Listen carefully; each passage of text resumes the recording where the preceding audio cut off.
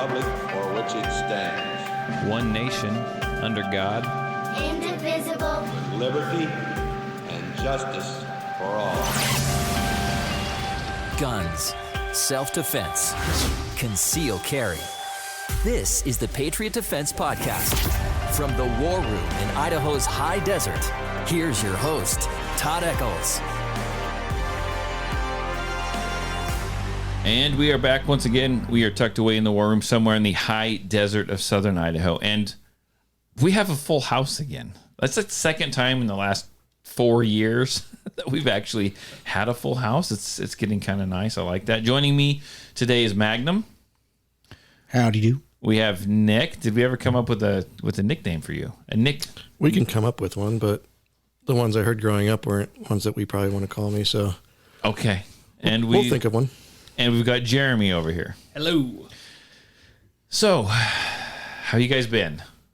Good. Been good. That's how we're starting this podcast. How you guys been? What they didn't know that we've spent all morning together, and but we can talk about that here, and we'll get into that. We just did a class, and we got some big news from Nick, and he did a first today, which we're excited to talk about.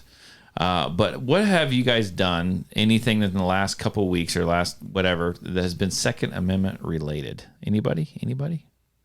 How long is the podcast going to be? Because just give me something. All right. So let's see. Did a class today. Went out target shooting with the kiddos early on in the week when the job slowed down. Had some time for that, and then I bought another firearm that was well out of my affordability range, but thank God for layaway and selling my stuff on the private list to pay this sucker off. That's just something you do though on a weekly basis. Yeah. This is true. We know how this works for you. So, and what about you, Nick? Well, since last time I was on, I got my Hellion. It came in after purchasing it. Yeah, we talked about that, didn't we? Yes. Yep. So I got that. I'm still kind of outfitting it, getting things and accessories and stuff for it. And then, I was in the part of the class today, which was a lot of fun. Yeah. And I guess we'll talk about it more, but yeah, it was pretty cool to be able to shoot my Hellion and actually get some practice rounds down range on it. So it was pretty fun. Oh, sweet. Well, I'm glad you came. Okay. Dry fire counts, right? Sure. It all counts. I've been doing some concealment holster draw drills where I practice if I'm sitting in a table or sitting on the couch. You got to draw. Things like that. Nothing too crazy in my world. Well, something that everyone should be doing. We always talk about encouraging dry fire and training of any kind. I guess it's my turn, right? So You're buying guns like every week. I did something that I never thought I would do. I went out and I purchased. I sold a gun, so I have to buy a gun, right? So here's this thing, and I'm looking over here at Magnum, and this is like his ultimate goal, has been achieved. I think he figures that he could disappear right now, and everything is good in the world, right? But I ended up purchasing a 2311. Yes. That 23, I want to call it a 2011 because essentially that's what it is. And what I got was a T-Sauce. Is that how you say it, T-Sauce? Yes, T-Sauce. T-Sauce. And it's their Night Stalker. The Night Stalker, What a name, right? If you're going to name a fire, I mean, we had the podcast where we talked about naming stuff cool. So that's kind of a cool name, but it's it makes me feel creepy. I mean, it beats Swamp Donkey. No, it does not. Swamp Donkey's where it's at. Yeah, we could relabel it the Richard Ramirez. But so I bought the Night Stalker version, and it's a 2311. So for those of you who don't know what that is, that's a single. It's based off of 1911, so it's a single action, right? But it's a 9mm, and it's a double stack 9mm is what it is. I've tried to shoot a lot of 1911s in the past, and they're okay. I mean, they're nice. I'll be honest. They get nice triggers. I got nothing to say about that. James, you're the Magnum, whatever the frick we call you. You're the first guy that actually showed up with 1911s and had me shoot them where they actually I will say, we give them a hard. They work. They function like anyone else that brings one. They don't function. And there's troubles, right? Hence all the jokes. But yours were nice and they functioned well and they have good triggers on them. But what's the one thing I always said? This just doesn't feel right in my hand. It rubs here, it rubs there. I don't like the thin grip, but this gun fits. This Night Stalker. Night Stalker reminds me of every weird horror movie, like from the early 90s, late 80s. Like, it's bad, but it actually fits my hand. It fits it like perfectly. And I don't know if it has to do because it's got that freaking magwell on the bottom. If that just helps seat your hand in there specifically, just that much better. But it feels good, and shooting it shoots well.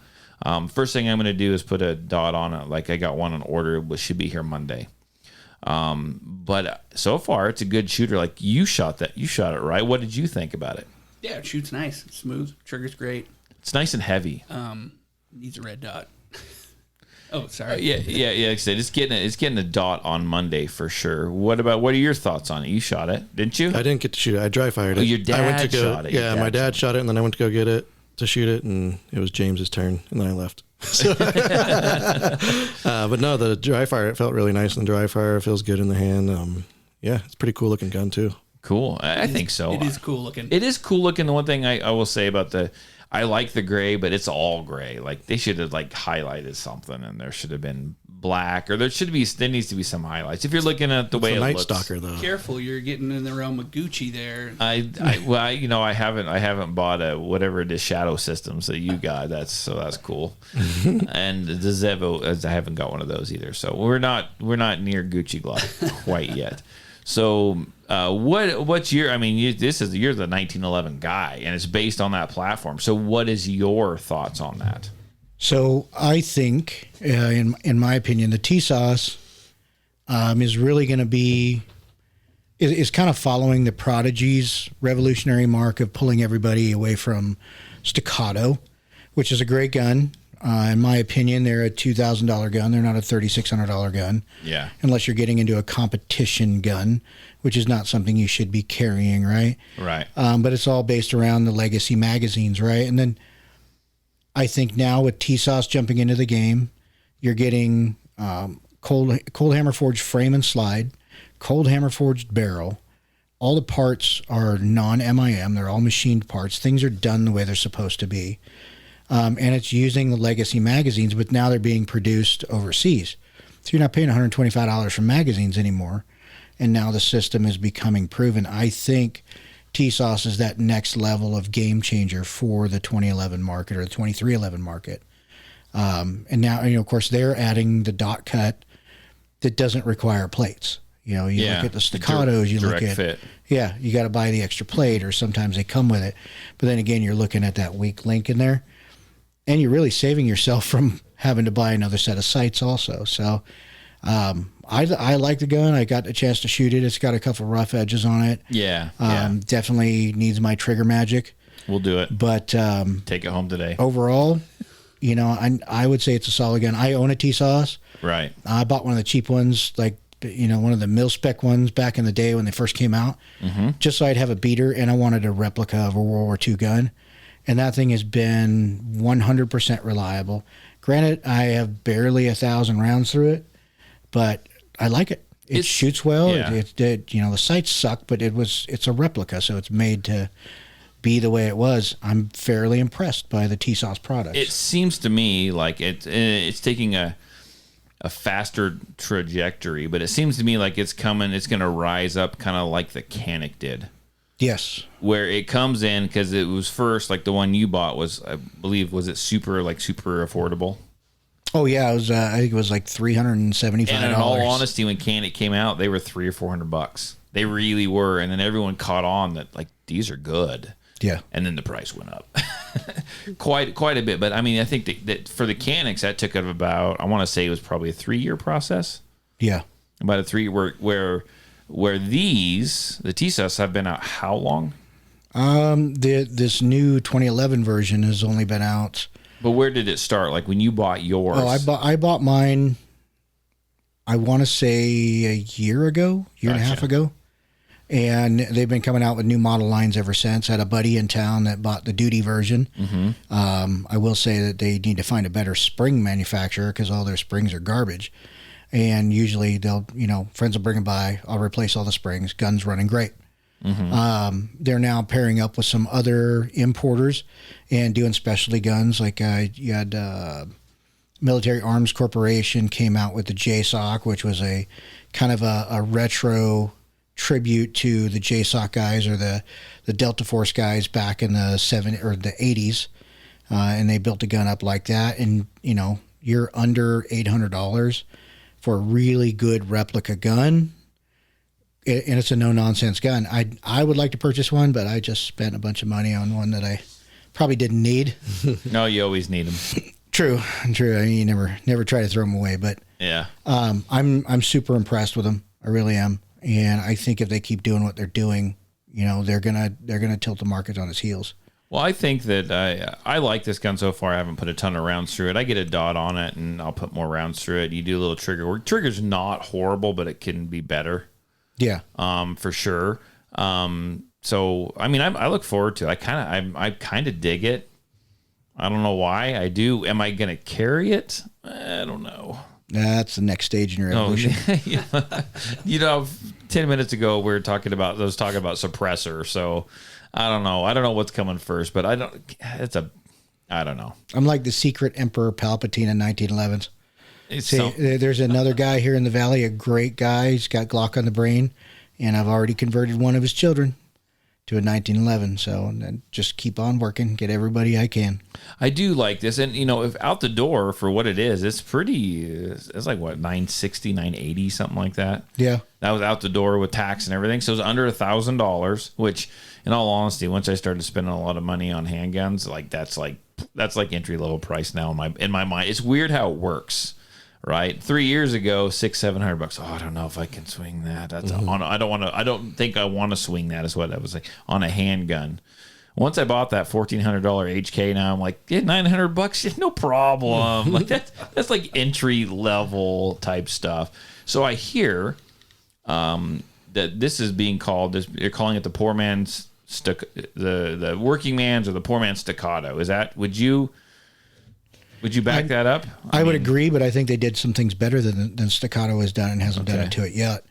The original downfalls of the 2011s were the magazines, and then the frame rails. And they're springing. Most of the springs are incorrect in them, right? They're just kind of willy-nilly. If you look at most of the modern double-stack 1911s, and including this T-Sauce, they went the way of the polymer guns where you have sectional frame rails. Right, so there's less drag on the slide, requiring less spring weight to push that slide back into battery, which means you don't have to have a 14-pound spring in that thing, and then get failure-induced recoils because there's so much drag and not enough oomph out of that 9mm to push it all the way back. Gotcha. So they've balanced that out. Staccato's still running full frame rails. So they do a nice job, and they make a great gun, and, you can't go wrong with having a Staccato. I just think, like everything, if you look at a Glock, there are people doing the Glock better. M&P is worlds above the Glock. HK is worlds above the Glock.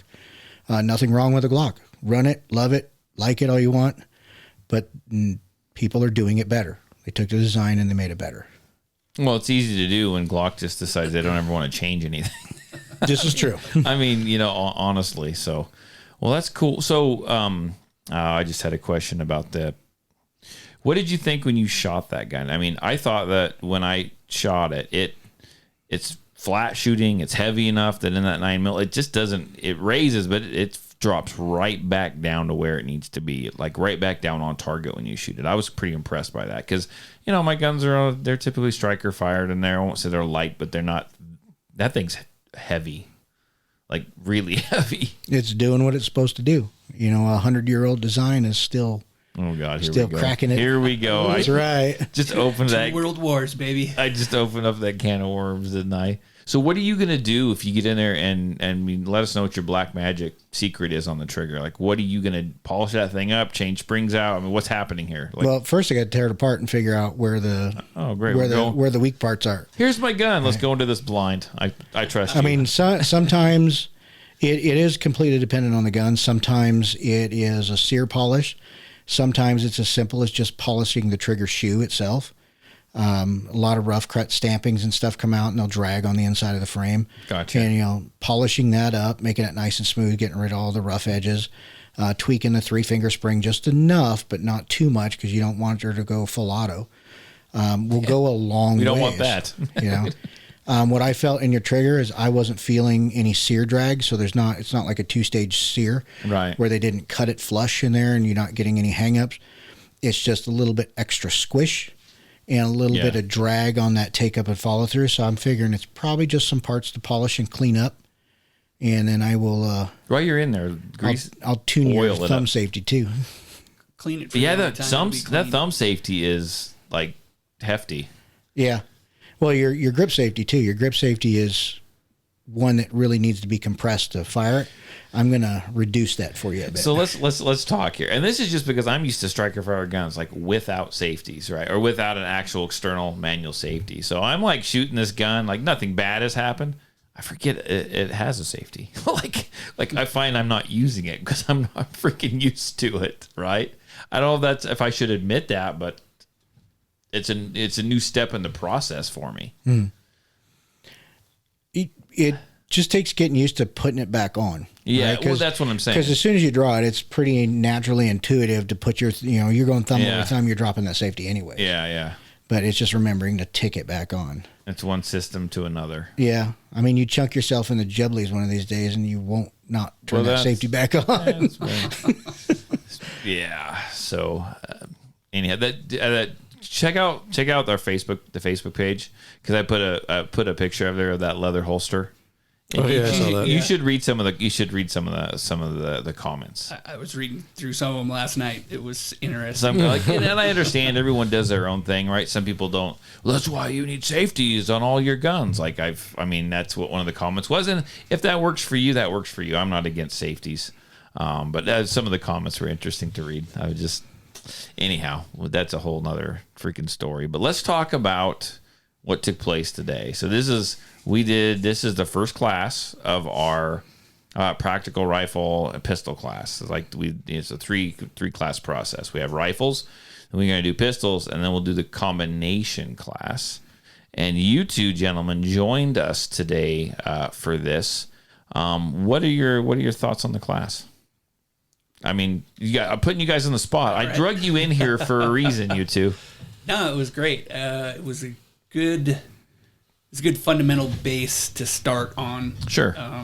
I've taken a couple of rifle classes before, and it kind of touched a lot of the points of, how to mount your rifle, safety on, safety off, magazine change, transition to targets, all that kind of important, like just need to know kind of stuff. It's the stuff you need reps on, right? Yeah, exactly. And it gives you something to practice.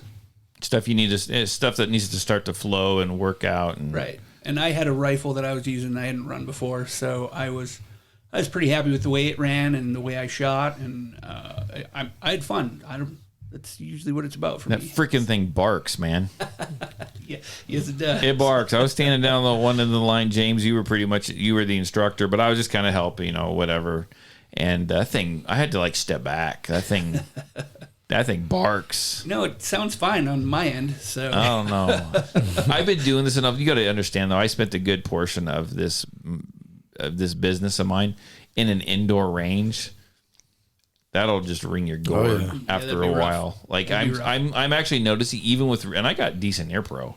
Even with really good ear pro in, even if we're shooting outside after a class, some days when I'm out there, even with just a private class or just me and one other person, some days I'm just I'll turn my deals all the way down.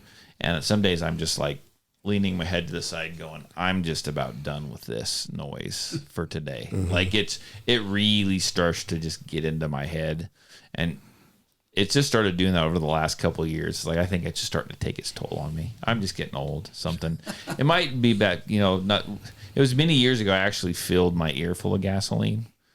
Oh. And so so that didn't help things. And I got one ear that is not great, and it just is starting to wear on. I could have I've doubled up before, and it just starts making my head hurt. I don't know. Anyhow, let's get. Fill your ears with. This podcast brought to you by sponsors of Don't Fill Your Ears with Gasoline. Yeah, don't do that. Don't do that. That was a bad idea.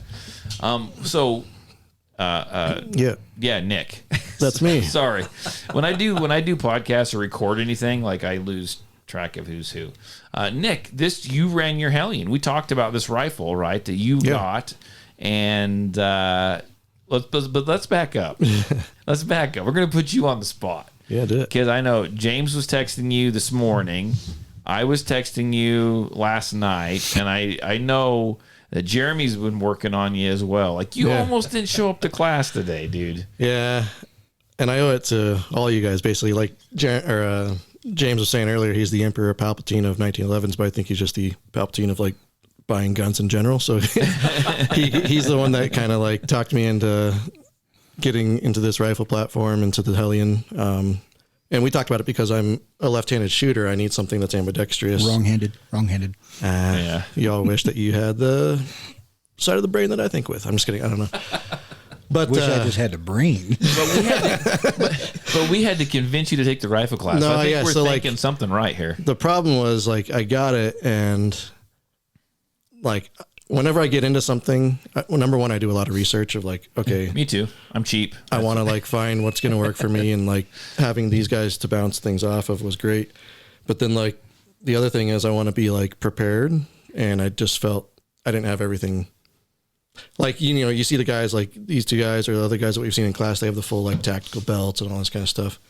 And, like, I want to get to that point at some point, but I'm not there yet. And talking to, well, Jeremy and James, they're like, yeah, you can still do this class, because it's, like, the cool thing about this class, which I liked, is, like, you don't have to have all that stuff. It's more practical. Yeah. It's practical. Home defense. Yeah. Like, you're not going to have all your gear all the time. So, well, look at the other guy that was in the class, Chad. Yeah. You guys are suiting up. He's like, damn, I got nothing to hang off my belt. I had one mag pouch given to me by James to use. Felt a little over prepared. I'll admit that, but it was good to kind of put it all on and see how it functions. Right. Well, I love my LARPing gear. It's great. Yeah, I'm just teasing you guys. I almost brought body armor and the ballistics helmet. Oh, you should have. That would have been awesome. So so you're glad you came then? Yeah. Just just to get familiar, because like we've talked about, this is my actual first rifle that I've owned, and it's not like an AR platform, so it's even beyond that. It's a little different, and learning how to do mag changes and stuff like that. You seem to be catching on just fine. Once we got your front sight dialed in, I think that's where the trouble lied. Yeah, so I still am using on the Hellion, they have those pop-up iron sights, which are kind of cool, but I want to get a dot for sure, and haven't gotten to that point yet. But again, it's because I'm kind of slow and take my time to research things. And you've had the rifle a whole 2 weeks, dude. Yeah. Yeah. How many rounds did you actually put through it before you came to class? What did you have, that mag one day? I think probably like 15, 20 rounds? 30 and 30. I think you shot 30. You shot 30 and I shot 30. Yeah. I mean, it's fine. You're still trying to get a feel for what you like, and I'm just glad you came and shot it. You guys all shot well. Yeah, it was a lot of fun. So I thought so. I had James. Did you have a good time? Were they good students? They were good, man. They were all really good. Obviously, I knew Jeremy came in with some training from some local guys. Him and I have trained with some of the same guys. I haven't got to train with the last one, but I was a little worried at front with how we set this class up to be basic and practical and that. And this class was not meant for the guys that run out and do the run and gun or the LARPing like myself and Jeremy, but he took it well, went through it, had some great positive feedback. I was able to kind of spin and adapt off that near the end. We started talking about, mag changes, mag dumps, what you're doing with them, when to change a mag. And on the battlefield, very, very different than in your home, right? Or even on the field. Yeah. But good points to touch on, right? And I think we hit right where we needed to.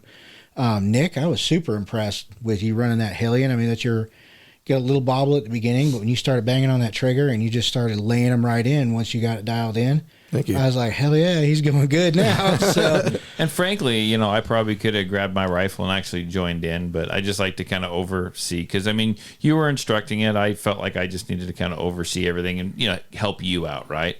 Not that you needed any help, but I was kind of jealous seeing you guys out there. I almost went and got my stuff and said, move over, but I didn't really have a target prepared or anything. So I just, Tried to tell you, man. I know I'll get my chance. I'll get my chance for but sure. shout out to Chad too for coming to. Oh, He brought his rifle. Didn't know much about his rifle, and he No. shot it a lot. You did great. We got that thing running for him, but he was running the a magnified optic, Yes. and at 7 to 10 yards, I mean that's kind of a pain in the neck, but he did extremely Dude, well. that dude was accurate.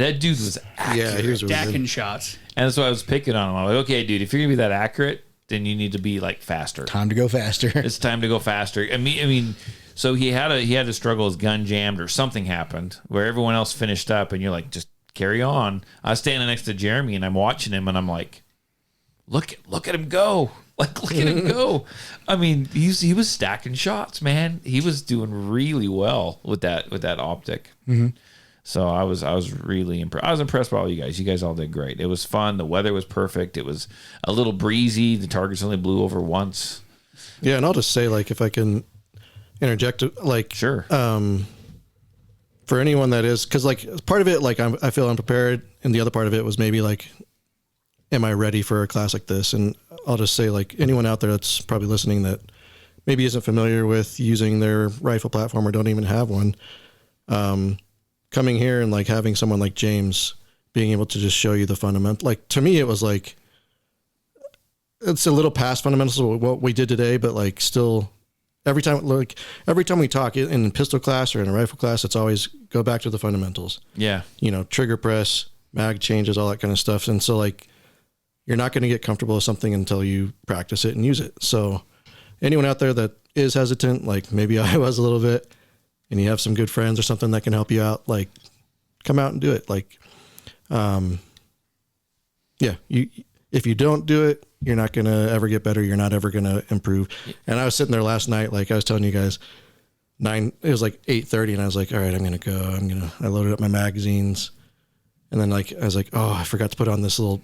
I bought like a hand stop for my rifle, and I was like, I forgot to put that on. I'm not going to go. And then like 10:30 came around, and I was like, I'm going to go.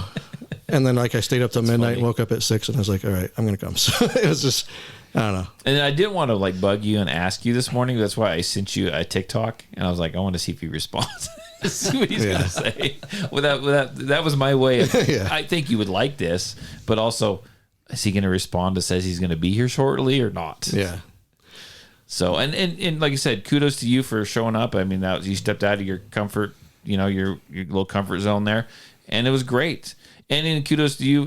We talked about you showing up. You've already done this stuff. I've taken beginners classes from other people multiple times. I know James has done the same, and it never hurts to get out and do what? Get those reps in, get those rounds in, and learn from someone who's going to maybe explain stuff differently to you, or maybe catch something that someone else hasn't. Like, it just pays to get out and do that. And if you go out and you practice on your own, if you know what you're doing, you're probably going to do okay, but you also might develop some kind of bad habits that you're not seeing, that you're just continuing to do every rep, and then that becomes a training scar. And it's good to go and stand in front of someone and have someone watch you and catch those things. Yeah. And something that's important too, right? And Nick touched on it a little bit. It was, if you feel that you're unprepared for a class, you should be, right? Because if your glass is full before you get to the class, you ain't gonna learn nothing. Yeah. Right. And I'm still seeking more training. Right. I want to learn as much as I can. But if I walk into that classroom as I've already known this, I've already known that. Jeremy, you did a great job on it today. We knew that you had a background in it, right? But you didn't come to that class going, yeah, I already knew this, or yeah, you took it one step at a time. Maybe you picked up something new. Maybe you found like, that's useless. I'm gonna throw that shit away, right? But ultimately, we can pick up from trainers and people that are out there doing this. Keep an open mind. Keep your glass half empty at the very least. Understand the basics, fundamentals again, right? Trigger press, sight alignment. But yeah, if you're feeling unprepared for a class, you should be, right? Because you're never prepared. You don't know what's going to happen when you get there. That's a good point too. Of like Yeah. setting your ego aside and just being willing to be taught. Like for me, someone that is so new to it, you know, I was just coming all ears, you know, whatever I can absorb, whatever I can learn, that's what I'm going to implement. And to Todd's point, like as a musician, I've been a drummer my whole life, and I was always taught perfect practice makes perfect. So like if I'm doing something the wrong way from the beginning, I'm going to start building those bad habits, those bad training scars and stuff. So definitely if you're new to something, learn it the right way instead of jumping into it later once you think you've watched some YouTube videos or something and you know how to do something. Right. Go out and actually do it, you know. Mm-hmm. And I want to add something, and you know, I was just thinking about this from my side. Like you guys are talking about, you students, you showed up, you took the class. And I want to talk about it from the instructor side a little bit. And maybe I shouldn't say this because I mean, maybe shows, I don't know what it shows exactly, but I think I'm probably not the only one to feel it. And the reason why I think that is because I heard James ask you something out there. And I wasn't standing directly there, but I kind of, with the ear pro on, you hear freaking everything, like from everywhere, right? And maybe I heard it wrong, maybe I didn't. So maybe James can back this up now that you've, you know, been teaching some classes and different things, right? I worry even in a permit class, or mostly permit classes, and maybe other classes as well, especially someone that's going to show up like with their spouse, whether it be a husband is like, my wife wants to take this class or she needs to take this class. I'm going to come too. I always worry that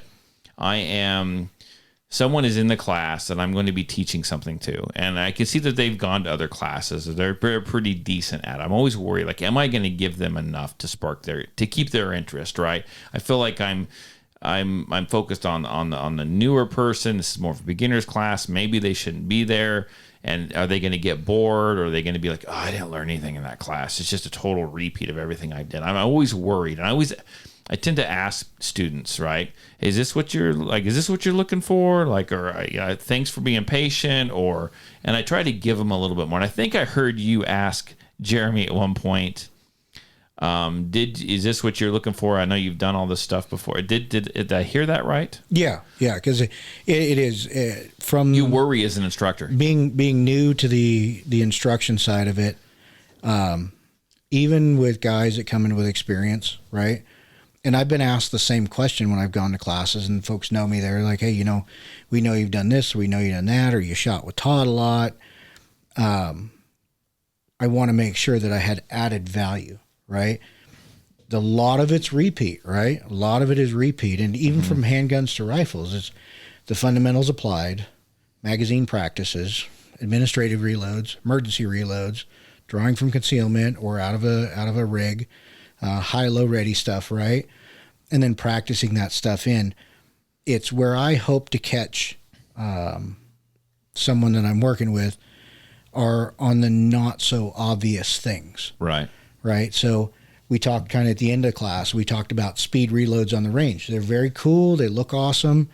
But in, reality, are you going to stand in the middle of your hallway, eject your magazine, speed reload your magazine, and then go back to work? Or are you going to step out into, at the very least, a concealed position where you're not taking rounds directly and then do your speed reload? Right. So it's still practical, but it doesn't get discussed a lot, right? So we get to do all the cool stuff and all the things that are out there. And I think what Patriot Defense and what I'm trying to help deliver with Patriot Defense along that line is let's get the why in there, right? Right. I think it was Travis Haley coined the phrase thought vaccine, right? Really think about everything you're doing and understand every aspect of it so you become better at each little thing. I mean, you can be the best trigger presser in the world, but if you can't hold that rifle steady or that handgun steady, your trigger press is not going to match your sight alignment. Well, why is that? Understanding why is what I try to push forward and maybe just get a little bit more. And I've had some great instructors that went through all those basic same fundamentals that we did today and the same drills that we did today. But I picked up these extra little pieces from them. One guy taught it this way, the next guy taught it that way, and this guy said, well, this is why I teach it that way. And that's the part that stuck with me. Yeah. Right. Gotcha. Cool. So I wanted to make sure it wasn't just me. Well, yeah, and it's all the building blocks. So we might go over fundamentals again, but those are good things to continually go over and to build on. Yeah. And like Nick Saban, trust the process kind of thing. Like that's what it's about. You just trust the process, and you know that, hey, I worked on these fundamentals. My last class, actually, our last pistol class, I shot probably better in that class than I've shot in ever. Like I don't, either whatever I was working on that day or earlier. This week. Okay, On gotcha. Wednesday night, I left and I was looking at my target and I was like, man, I did good. Like I was happy with myself, and it's because I've been working on dry fire at home. I've been building the fundamentals. We come to class, we talk fundamentals, helping instruct, or being there, kind of helping for safety during the concealed classes. Yeah, you learn lots doing that, don't you? Yeah, you get to kind of You learn so much. you get to learn, and you get to help somebody else as you're going, and that'll spark a different thought process in your brain. And so the fundamentals are always important. And I James was a little worried that like I might get bored or whatever, and I thought it was a great class, and that was what I wanted to get out of it. I wanted to build on my fundamentals because I haven't live fire practiced any of that stuff. So Yeah. And as instructors, we just always worry about worry about it. To echo that point a little bit, going back to I have a background of music, and I was in a band and played drums and all that stuff. And when you're talking about motor skills, whether it be playing an instrument or using a pistol or something, it's all fundamentals. And so you'll talk to even the greatest musicians out there, that are these guys that are like amazing guitarists. What do? They play scales up and down. It's really boring. That's how they warm up.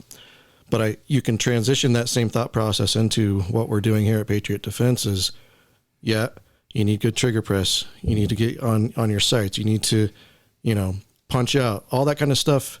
Once you practice it more and more and more, it might be boring, but it's the fundamental building blocks, like Jeremy was saying, of like, once you actually are in a real life situation, God forbid, all that stuff, it's just, you're not even going to be thinking about it. And it's how you make it all work together and become one. And it's just like when we worked on the draw earlier this week, right? It's a 5, 6, however you teach it. It's a step-by-step process. There's steps to it, right? Those fundamentals are each individual items, but together, when you learn how to work them all together and make them flow, that's where it comes into play. And that's the important part. A lot of people want to go from here to here, and this is boring to them. They don't want to know this. They want to be John Wick. Anyone can pick up a gun and make it fire. Anyone can pick up a gun and make it go bang. Yeah, Chicago shows that. Yeah, well, and they'll tell you that, hey, look, I'm a shooter. I've been shooting. Well, maybe you haven't. I've seen you shoot. And that brings up a good point. It's something I was just going to ask Jeremy about, because your last pistol class, right? You went out and you were super happy with your presses in your target. So I've noticed this about myself probably over the last couple of months, is I can shoot decent. I do all right, right? But becoming more aware of the little things, right? The position of your thumb, how the trigger actually feels when it's touching your finger before as soon as you hit that wall, you can feel the pressure differentiation, or yes. I don't think that's a word, yes. on each side, right? Yeah. To know whether you're going to get the right press. Are you feeling that now? Are you you get your finger on there, you're like, no, it's not quite right. I want to move it to the left or the right, or maybe my finger's not bent. Yeah. But really getting that, okay, I'm articulating that trigger. Do you find, now that you feel that, do you find that the side alignment is easier? Yeah, it just it drops back into place almost, quicker, like it's supposed to. And there's that little last spot before the break that's where I'm really starting to notice, like, there's inches of pounds of difference. And then Yeah. It makes you really think about that press as Yeah. you're doing. Yeah. Okay, And nope, then- don't snatch it. Boom. Well, And then to it- try and like follow it up and then get a little quicker and a little quicker. Yeah, and there's another instructor in this. We're talking about fundamentals here, and trigger press is my favorite one. That and then grip. I really like the grip part of it. But there's another instructor in this valley that talks about how you need to become very, very intimate with your trigger. Like you need to know it that well. And so I've got a few guns that I've shot quite a bit, and when I press the trigger on them, you're talking about. Do you feel? You're explaining to him how you. I don't know exactly what you said, but you're about the differences in the trigger press. Well, you can get to a point where it's like you're hyper focused on it, which is not a bad thing, but you can actually start to feel when the only way I can explain it is you can feel like when the tension or the pressure from the springs on that trigger change. Do you know what I'm saying? Yeah. And so you know exactly where that thing is. You're just like, it's right there. It's right Yeah, there. but you're not thinking about it like that, but you just get to the point where you just know. You just know. And one of the things, like when I pick up a firearm, especially if it's one I've shot a whole bunch, and you pick it up, like when I pick up my VP9, I know exactly where the pressure is going to feel. I know exactly what part of that gun's going to touch what part of my hand. It just because that's the way it needs to be. That's the way I grip it. That's the exact way you should grip that gun, at least for someone with my hands, right? And so you just, it's all by feel after that. Is that, does that make sense? And that's exactly what I was talking about. Is Yeah. the little intricacies. Yeah. And I shoot different guns. I mean, essentially it's Yeah. the same platform. Yeah, you shoot every gun. But the idea is like, Changes $20. if I pick up my Taurus 44 Magnum double action revolver, right? I can't press the trigger the same as I do on my OZ9 Zev as a Glock clone, Right. right? So I have to know exactly where my finger fits and what type of pressure goes on that trigger for the best results and accuracy on every shot. Yeah. And it's that, and like you said, like the revolver, it's even more. It's in depth. It's really in depth because Intricate. you feel that cylinder release, spin, lock up as you're squeezing through the trigger and just getting right there. And you feel the clicks. Yep. You press through, and then you feel that right before it goes, you feel that one final click. And the hammer's just slowly And it's just working like its right way there. back. So when I fire different guns, like when I my VP9's got that flat face trigger, right? That is a lazy wolf, think's what they call it, right? So that feels different. Obviously, triggers feel different, but on that trigger, I know I got to press. You got to press straight back on any trigger, but the way I shoot that gun, the way my hand fits on it because of the ergonomics, it's a you really have to focus on the straight back press, right? Where when I pick up my 9mm Smith & Wesson 2.0, the M&P, right, I know on that trigger it's not a flat trigger, and for me, I will place that trigger right behind in what we call the power crease, right behind that first knuckle, and I can actually, I know that trigger well enough that I can press it, and the tip of my trigger finger will actually, because the way it's wrapped around there, will actually come back and touch the grip on the other side of the gun. And for our non-visual audience, Todd's giving us all the finger. Yeah. But it will touch the other side of that, and I know right there, then it's just a slight press. But I've shot that gun a lot too, so you get to know the intricacies of the firearm. Now, when I pick up this new one I just bought, totally different platform. I'd imagine the grip angle is totally different as well, and I can shoot it. But like when you shot it the other day, and your shots were just our groups looked almost exactly the same. Yeah. I'm not used to it yet. It's just different, so I have to figure out where to lay my hands just right. And so that's me moving to a totally different platform. Like that's gonna rock my world a little bit. If I, when I shoot that thing, it is gonna rock my world just a little bit. I had to figure out how to use those sights again. Like those are tall sights, the suppressor high sights. Those are freaking weird.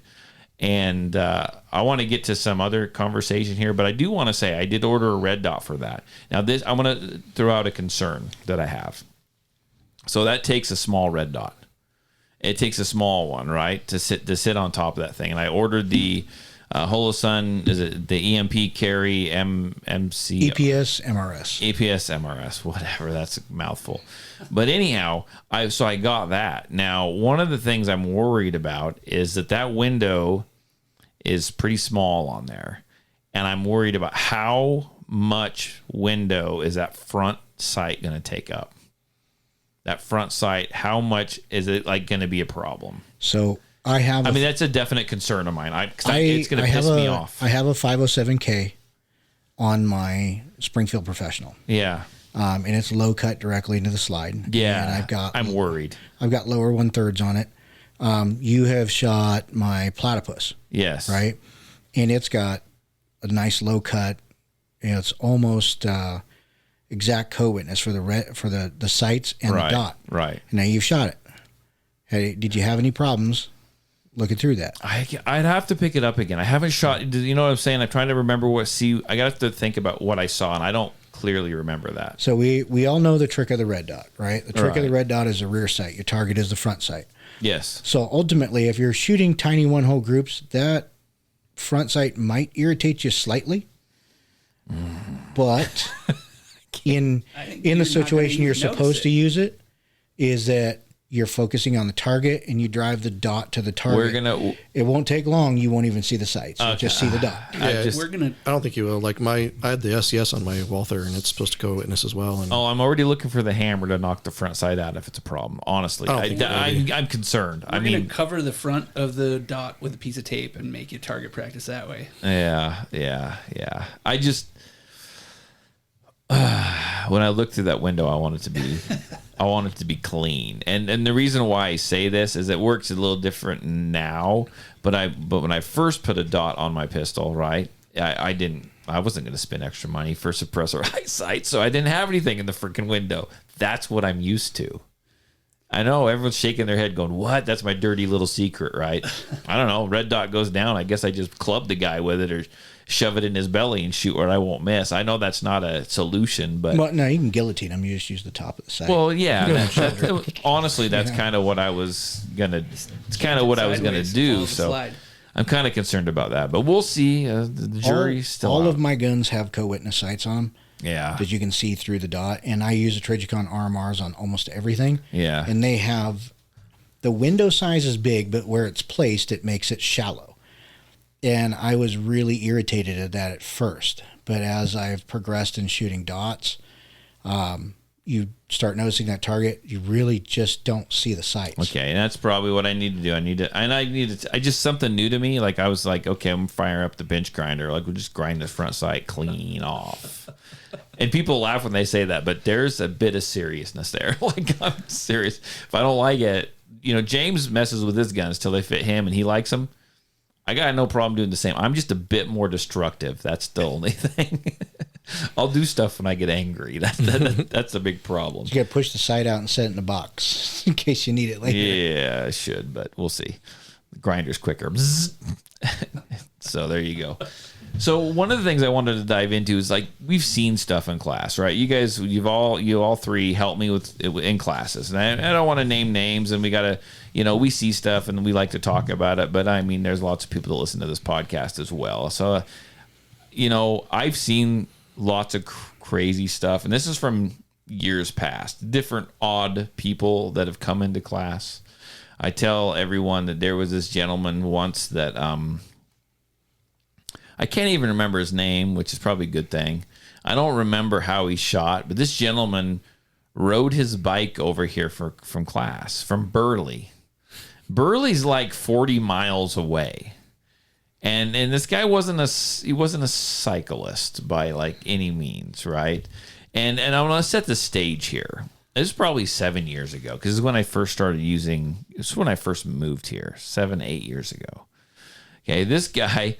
He called me ahead of time, and he was very like, where's this located? And I was like, I gave him my address. I gave him directions. And he's like, well, how many miles from Twin are you? And I'm like, well, that's kind of weird.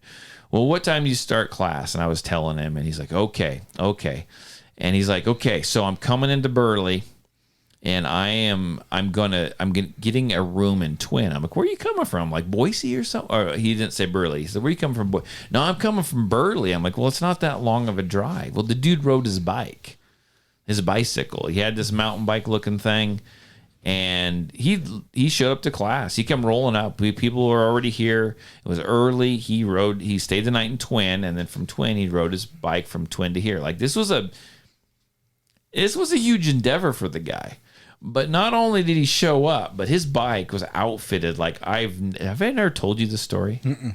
Oh, so you're like intrigued. Like this is news to you. Have you heard this? No. You have though. You told me about it. Like this guy shows up, and I was kind of in the classroom, and he rolls up, and it's like someone says, "There's a guy on a bicycle just showed up." I said, "Yeah, I'm planning on him for class." So I was teaching the class. Everyone got in, and we started the class. So the law enforcement guy always comes about an hour later. And I'm in there teaching class, and the law enforcement guy, he comes in, and I'm like, okay, we'll turn the time over, but we'll take a really quick break first.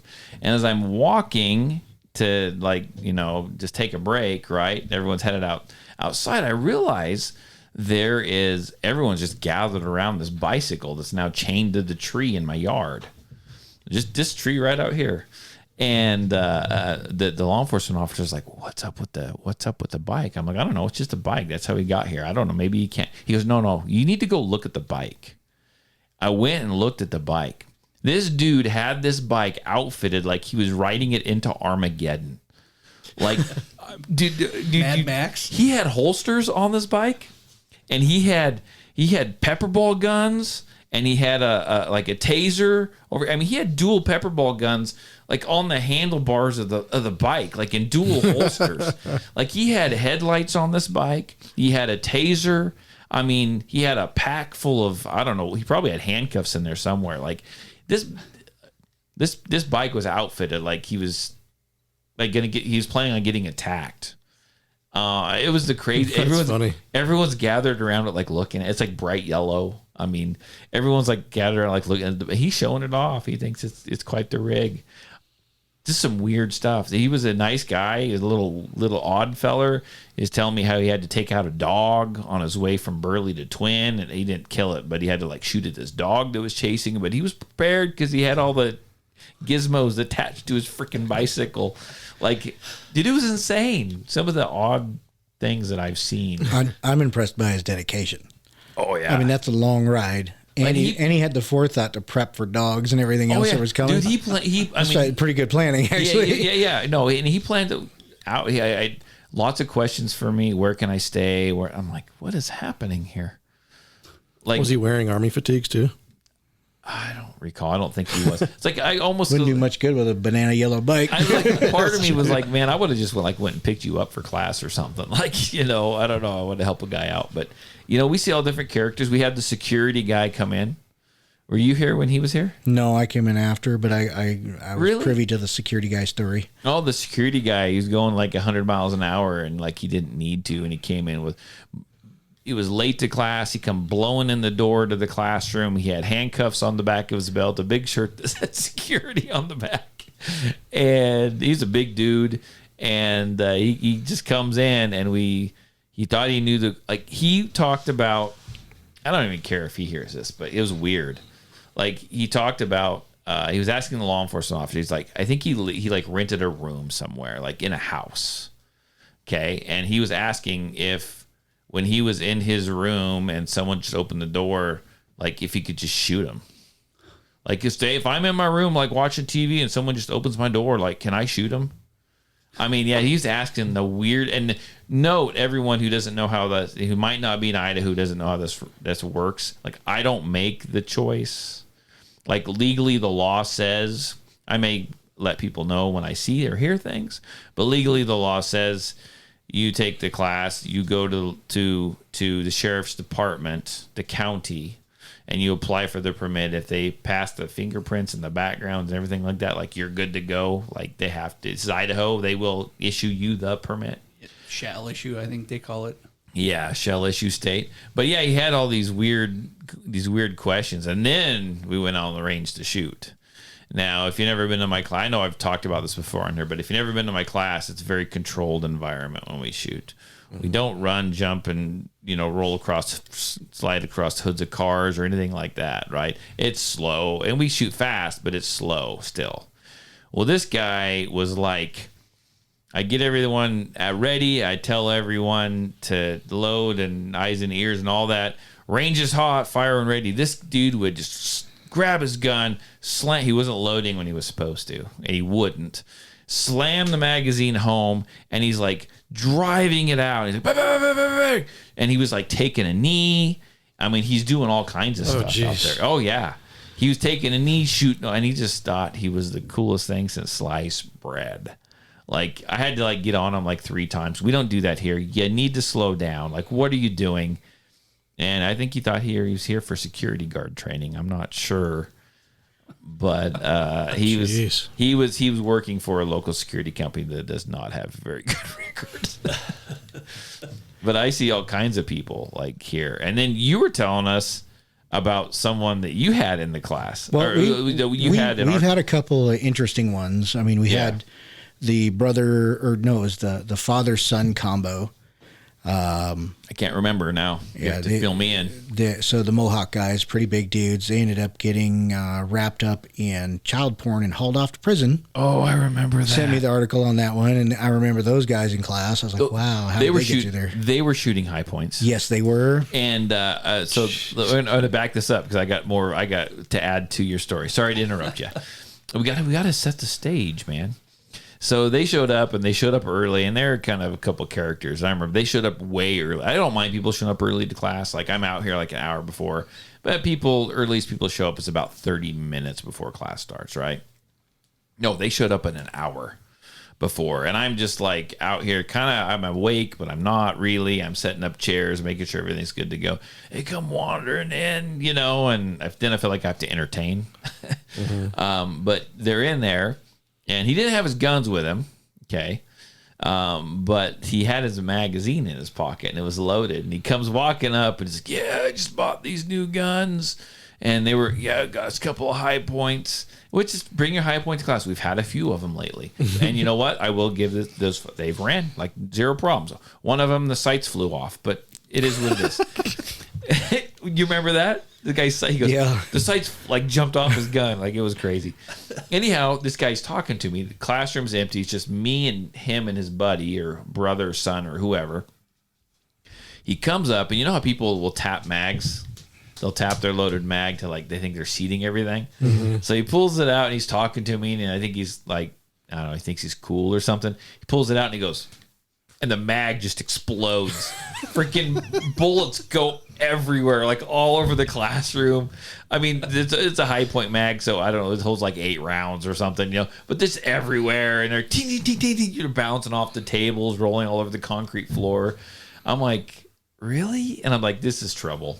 Now, do you remember how they shot in class at all? I don't. I think they were on Henry's Inn at that time. Okay, yeah. But anyhow, it was like a month after. So they bought their guns, their high points, from a local store. Mark, the gunslinger, he hasn't been on here in a while. I did talk to him the other day. He's going to come back on sometime. But I'm in there. I used to go in there and hang out at their store for in the mornings. And I'm in there, and I pull up on my phone. I'm like, oh. And Mark's like, what? And so I like sent him. I said, I'm going to text you something. You got to take a look at this. And he goes, whoa. And I'm like, yep. He goes, we sold them those high points you used in your class. I was like, oh, you did? He goes, yeah. He's like, they just got busted for child porn. Jeez. And I'm like, oh my gosh. Like, I can't control what people do when they leave here. There's some characters in class, and usually they don't say anything. We this last class we were talking about, we had it wasn't last class, it probably 3 or 4 classes ago, and I had two memorable folks in there. One shall remain unnamed because he's a super cool guy, really nice fella, and he could beat my ass.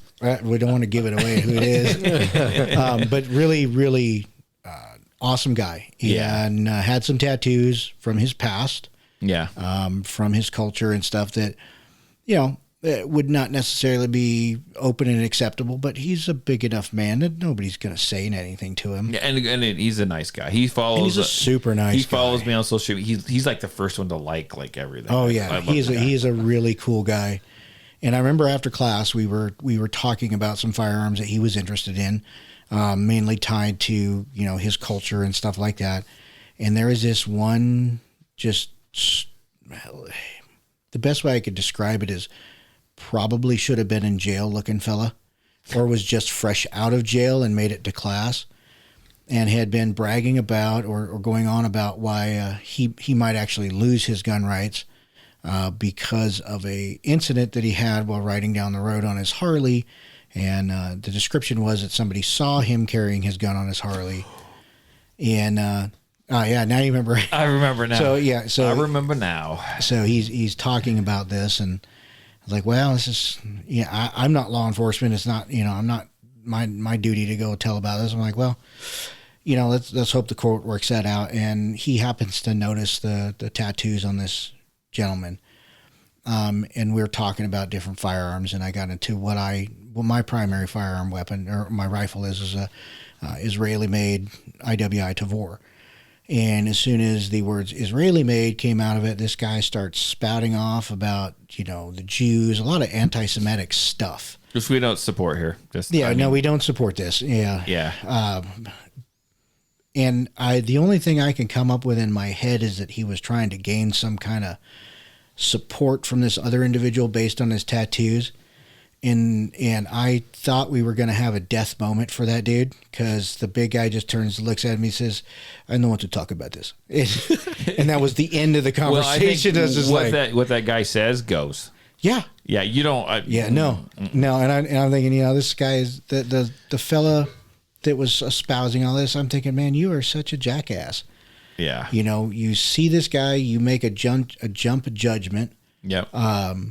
And you don't even know. I mean, in his culture back there in the country, maybe that's what you had to do to be accepted in that country. To not be killed, maybe. To not be killed, right? And then he's here, and the man has none of those traits, but you think it's wildly open that you can run your mouth after you got yourself in trouble. Yeah. And now you're trying to take a concealed carry class so that you can justify carrying your firearm. I don't know what's going on with you, but something was fishy about it. And that was the crazy fishy experience that I had here. Very limited, but some things happen, right? Yeah. That was the weirdest one. Well, what I think is interesting is sometimes we get people in class that they spout, whatever, everyone's got opinions, right? But some people will spout off these opinions in the middle of class, and they're really everyone, like I said, everyone has their opinions, but sometimes your class is not the place to spout off your opinions, right? If you might be one in a group of 30 people, I don't know about that, right? Or you're challenging. Here's the thing: you're here. Some people show up to get their permit, right? But they want to challenge. They want to challenge law enforcement. They want to challenge the officer that is here. And since you're not really here for the classroom portion, you guys don't ever see a lot of that. But it's always what if this and what if that, and I was told this and you're wrong, and And I mean, they want to you're here for your permit. Just shut up, listen, keep your opinions to yourself. You're going to do essentially what you want to do anyways. Sit through class, get through it, take your paper, and go apply for your permit. Mm-hmm. But no, everyone's got to challenge everybody on everything. And it's very interesting. You guys show up sometimes. I know, James, you have it, and I'm just like, I don't know. There's one caveat to all the classes. You can make fun of any gun that anybody has at any time. But you got to be willing to take it. Oh, yeah, absolutely. Absolutely. I actually announced that at the beginning of my classes. I'm going to make fun of your guns. That doesn't mean they're bad guns. That means I'm just having a good time, and I want you guys to make fun of my stuff too. In fact, I expect it. It is what it is. And people loosen up. When we do the shooting portion, that's when they're loose, and then they'll start to say stuff to me, and it's a whole thing. They'll make fun of me all kinds of ways, and I'm cool with it. Yeah. So. Yeah, it just comes back to that whole coming with an open mind, because people will come with the know-it-all attitude like you're talking about, and they'll be asking those questions or trying to one-up the police officer that's given the course or one-up one of us out there. And you're just here to get your concealed carry, man. We're here to show you how to properly grip the gun and not shoot yourself, basically. Yeah. It's a permit class, not a training class. Well, do y'all ever get the urge though, for the ones that don't take instruction, to pull your rod, to pull and your show thing them and just punch holes right through the center of their target? This is what I'm talking about. Now let's try it this way. I struggle with not doing that. I've got some. I'm just going to go into that. I'm glad you brought that up, because when I used to use the indoor range, and this is This was before you. No, I took my first class at the indoor range. Yeah, I think but it was your last one at the indoor range. But this happened before you were in the picture. Oh, yeah. You know, and I always tease people, give people a hard time about their 40s, give people a hard time about absolutely everything, right? And there was this guy once. So the guys is kind of occasionally you guys will stick around and shoot sometimes. Indoor range, those guys. I didn't always. Anyhow, at the very beginning, I didn't always pay the people helping me. They just wanted to do it because they were fun. They enjoyed it and they wanted to. I just let them shoot, and I might give them here's a couple hundred rounds of ammo. Just like shoot it and have fun. Like it is what it is, right? So that's what we would do. And there was this, I'm trying to remember the exact scenario. This guy was there. It was back when 40s were like a big deal, like these subcompact 40s. And I remember I would be like, okay, 40s, I'd give my spiel about the 40 cal, right? And I would see people that just couldn't shoot them, but they would have these 40 cals, but they were just rocking their freaking world, right? And I there's a guy that brought one. And he did okay, but it was rocking his world. He's got to shoot it for 100 rounds. The guy probably hadn't sat down and shot 100 rounds ever in his life at all. And he kind of hung around a little bit because you get those, you're the instructors. We want to hang out with you. It's just fine. I've done the same thing, right, at other classes. You want to get to know people. And my guy started to shoot. Everyone had left. This guy stuck around. I was like, well, you're here. Do you want to like shoot with us or what? Because we're just going to shoot and have a good time. I don't care. And he's like, yeah, I'll do that. And he's like, you give 40s like, I know why you give 40 cal such a hard time. Because you can't shoot it. Like, you can't shoot the freaking 40 cal. Like, you can't. You shoot this thing. This is my gun. I shoot it all the time. I'm like, I'm thinking in my brain, it doesn't look like you do.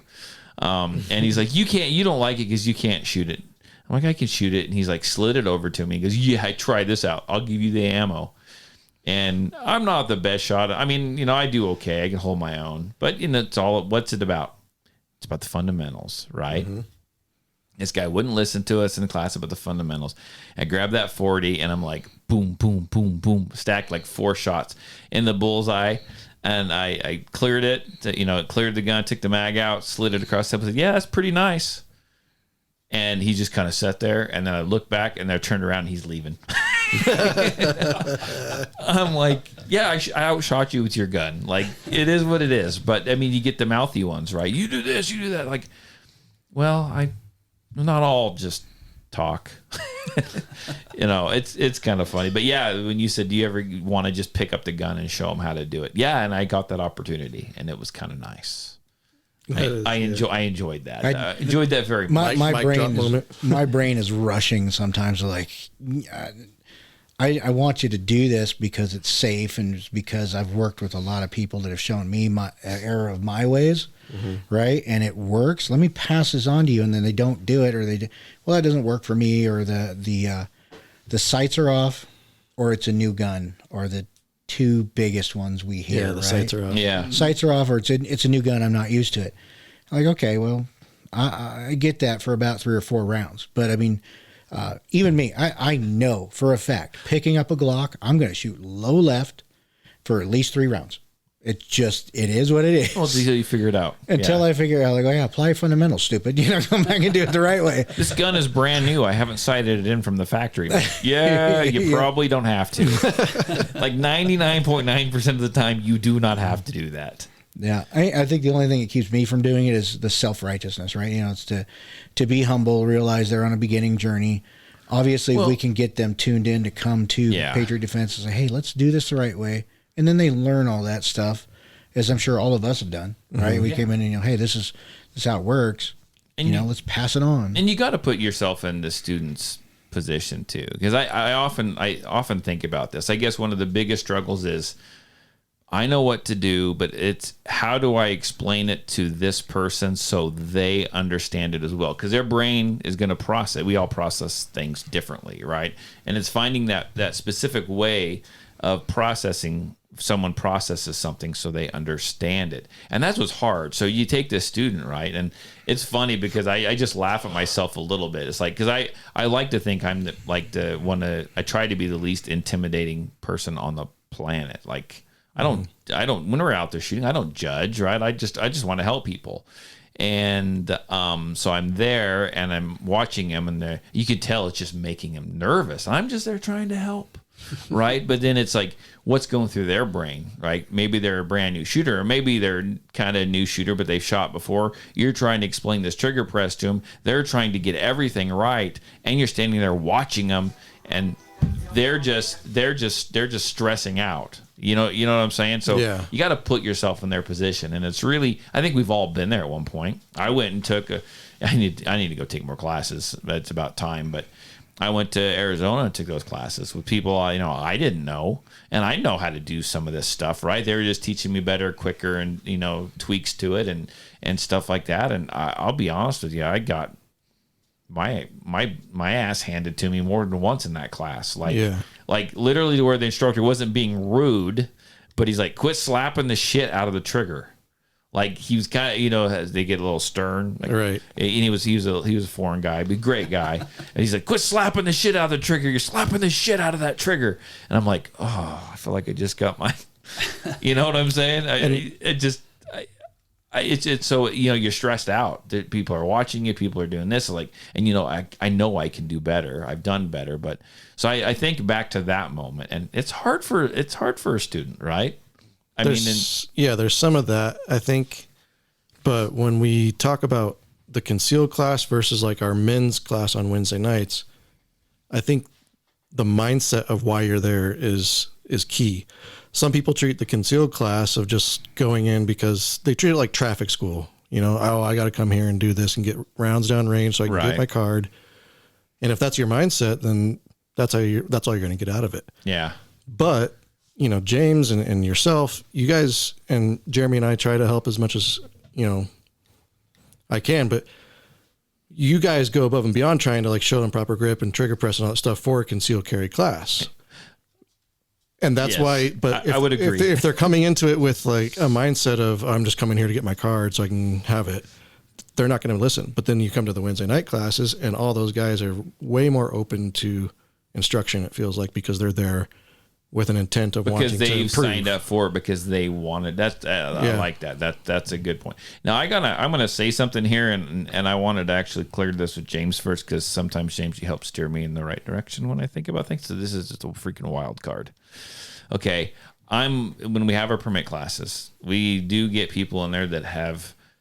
I don't even know if I should bring this up. Yeah, I don't. How am I going to word this? This is what I want to say. So, do you think, we have people that show up that are relatively new, sometimes very new, sometimes never having shot before. And I want to say Patriot Defense's doors is open to all that, and we will handle it. That's the way I've been doing stuff for 11 years now, right? Pretty much 11 years. That's the way I've been doing it, right? And we've been successful. We'll get you through it. We have no problems, right? Do you think, what kind of responsibility do you think lies upon the student to say, hey, look, I've never shot before, or I've got some special circumstances. Maybe I shake really bad, or I'm super stressed out, or whatever. How much of that responsibility lies with the student to actually go, look, I should probably go take like a one-on-one class before I jump into this permit class. And there's 4 of us in these classes helping, right? But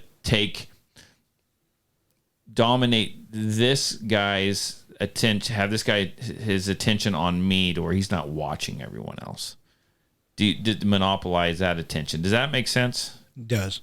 I mean, I don't want to scare people away, but it's just like. So I do agree with you, but I also think the culture of this area, and generally the vast majority of those folks that we're speaking about, are from an era that if you don't know, then it's almost like a black mark on your history, right? Mm-hmm. It's like an embarrassment. So, maybe they're hunters and they've gone, rifle shooting and that sort of thing. And there are certain things that cross over from a rifle to a handgun, but a handgun, everybody in this room knows, is significantly harder to shoot than a rifle. Yeah. And to shoot it well. And especially if they've chosen the wrong handgun. Mm-hmm. So I do think if they want to be more successful in that class, anybody out there listening to this, if you don't know the basics, even if it's a new handgun, say you're a striker fired shooter and you want to go shoot revolvers, right? Mm-hmm. Go learn from somebody that has mastered the revolver, right? You may know how to shoot, you may know the fundamentals, but you don't just generally know the mechanics, and you don't know the intricacies. And it would be the same for that concealed carry class. If this is your first time shooting, you really should reach out and say, hey, I haven't shot before. I'm a little nervous. And do you have, something like an entry level safety class that we can do before I go do this permit class? Yeah, and I do get lots of people that do go that more and more lately, actually. But occasionally we'll get someone in there and I'm just like, I mean, I shake my head. No one can see me but you guys. But you know what I'm saying, though. Yeah. And it's frustrating because I feel like I want to help everyone. And at least everyone in my group, because the way we split the groups up. But I feel like one person takes up so much of my time that I feel like everyone else on my end in my little group is not getting their money's worth. Because I feel like I feel like I have to focus solely on this person every time that they're up shooting, and I'm like, I can't, like. So I think Nick and Jeremy have touched us in the past, right? And that was actually something you brought up to me, was that the permit class is not a training class. Nah, I announced that to the class. It's not a training times. class. But us as instructing and range officers out there helping, we got to keep that mentality. Our job is to keep it safe, keep it downrange, get them on the paper. Right? Yeah. And then once the basics of the vast majority of folks that show up out there are doing it correctly with maybe minor adjustments, right? Mm-hmm. So when we do get to focus on our time on those individuals, I don't look at it as so much as a training thing or taking away from everybody else. Keeping everyone else safe. That's exactly what I'm thinking. Yeah. Keeping the bullets going the right direction. And I think people see that. Yeah.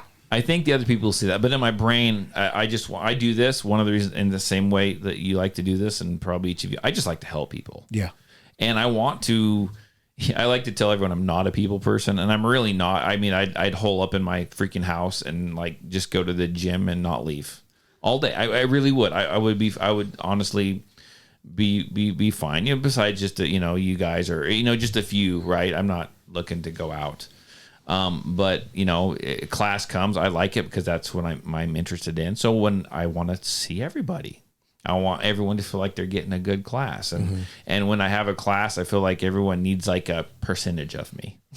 But I like the way you state that. And I think other people have said that too, because I've had people actually do reviews and I guess come to think of it, they've actually said, he took his time. He made everyone feel safe. He made sure stuff flowed. He helped people that were uncomfortable or new, but in my brain still, it's like I want to spend time with everybody. Mm-hmm. I don't know. Have you ever done like a survey of a questionnaire of like why people are taking the class? And the obvious answer is they want their concealed carry permit, but what is the reason? Is it because they're actually wanting to carry, or is it because they want to? Yeah. Like, I guess I say that because, Idaho, you can conceal carry without having the enhanced concealed permit. So I've asked that I used to ask that in the beginning of my class all the time when I go around the room. People do the introductions, right? And most of them were, it's my Second Amendment right. I want to be able to carry, right? So I'm getting the permit, or I want to know the laws, or there's guns around, or I want the permit so I can buy. I mean, that's essentially what it is. It's a kind of a combination of that. Someone just gives that textbook answer and we move on. I mean, that's essentially what it boils. Because I'm wondering if like they're coming to it with thinking it's going to be something more than what it is, if that makes sense. Some of them do. I think the newer people think it is, and they learn the fundamentals, and that's when I try to really encourage. What I've started doing now over the last couple of years is if someone says they're brand new, I'll say, well, hey, look, this is a permit class, and this is what we learn in the permit class. Just know that you could be standing there with 30 other people for the shooting portion, and we will do our best. We will keep you safe, and we will help you. But we also have 29 other people that are there as well. And so sometimes I say sometimes people feel more comfortable. This is why I talk about the private beginners class. Come, sign up for the private beginners class first. Come, put some time behind a gun, one-on-one, learn the safety, learn the fundamentals. That's probably going to help you feel more comfortable in the permit class. And a lot of them have started doing that, but occasionally we just have one. And then I guess I just feel bad because I don't feel like I would give everyone everything. I honestly, like, even today, I mean, nothing. I was telling you, hey, we got this we can use for this class, and James is like, that's another class. That's more of it. I was like, yeah, it is. Yeah, James told me that today too. What'd you say? He told me that as well today. But I get excited, and let's do this, let's do that, let's do that, and I probably cut my own throat. But the idea on it is training, right? It's training, and I know, Jeremy, you've taken a lot of the same type of classes that I have, right? So you get a flood of information. And if we remember it all, we're great. If we don't, what good is it us to learn it? So if we learn in stages, fundamentals, basics, practicality, this is where we're at. Practice those things. Go to the next class when you are proficient at those basics. Yep. And then you go to, okay, let's move. We learn how to move and move safely and fire safely. Then the next stage is cover and concealment. What can you shoot through? Who can shoot through to you? Those sorts of things. Yeah. That way the brain has time to process it. You have time to practice those fundamental skills, put them all together, and you're good to go. Yeah, you're there to slow me down a little bit because I just want to, like, I guess I teach all the stuff and I enjoy teaching everything. But it's like, okay, we just gotta get these basics and like get to the fun stuff. You know what I'm saying?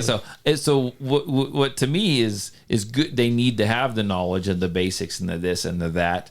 I'm like, okay, let's get to the fun stuff. So what wows me at this point in my life isn't necessarily what wows them. They learn the basic stuff, like, holy crap, I hit the bullseye. That's what is like groundbreaking for them. And to me, I'm like, yeah, but there's so much other stuff we could.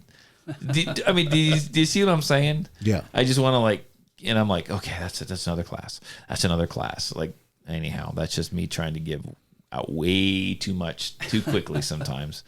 It's kind of the way I do things. Well, yeah, to go back to what you're saying about the permit classes and about you giving your attention to those people, I think that's kind of part of your brand too, is that there's almost people maybe via review or word of mouth, they know. I mean, a lot of you go to any gun shop in town, they're like, typically it's, oh, you're looking for your concealed? Go see Patriot Defense. Go see Tom. Is that the way it is in most of? Is it really? Yes, it is.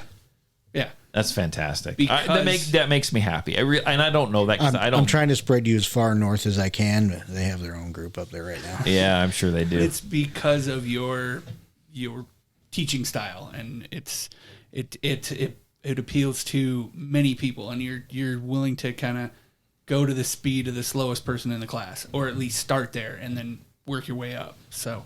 Yeah, and I don't want this podcast. I don't want this podcast to come off wrong. It's just stuff that goes through my brain all the time. I'm always looking to improve. I'm always worrying about stuff. So with you two guys out there now, and you've been pretty consistent lately, do you find when you're able to help somebody, like my favorite thing is watching them shrink groups, right? Yeah. Is that not one of the most cool and fulfilling things that you can do out there? Awesome. Yeah. You get somebody that's open, they're listening, they apply everything that you have learned, and now you're the proof is in the pudding. You're like, oh yeah, I did learn how to do that, and I can teach this. And at the end of it, they went from a paper-sized group to shooting a fist-sized group. Now, both of you guys shoot really well, so you're shooting half dollars, dimes, stuff like that, right? But watching them just go from this to this is super fulfilling, and it's by the end of the day. Yeah. If I haven't done that for at least one person, I don't feel like I was, it was an okay class, but I'm worn. Yeah. Last class I had a guy that was in my group, and he was like super quiet the whole time, wouldn't talk. I went over a proper grip with him and everything, but he would take his shots and he would kind of be all over the place, and he would come back and be like, oh man, like I'm not hitting it. And I gave him one pointer just to try of like putting it in the power crease. Yeah. putting the trigger on the power crease, and he tightened up, and he like turned around and like he'd been quiet all day. He's like, "Oh wow, that actually like really worked." And I was like, "Oh yeah, thanks." and no, it's super satisfying. It really is. And why would take this moment? I'm sure James will back me up on this.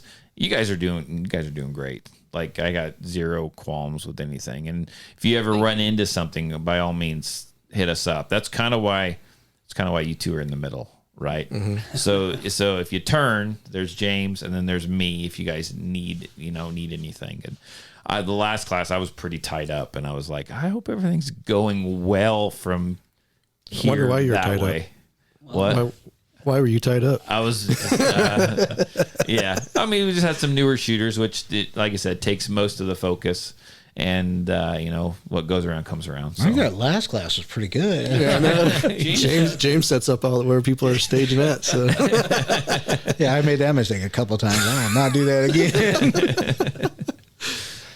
It is what it is. It some days we might have, some classes we might have 6 or 7 new people, like brand new people. Like it happens. It happens. I try to feel them out beforehand so we can spread them out appropriately.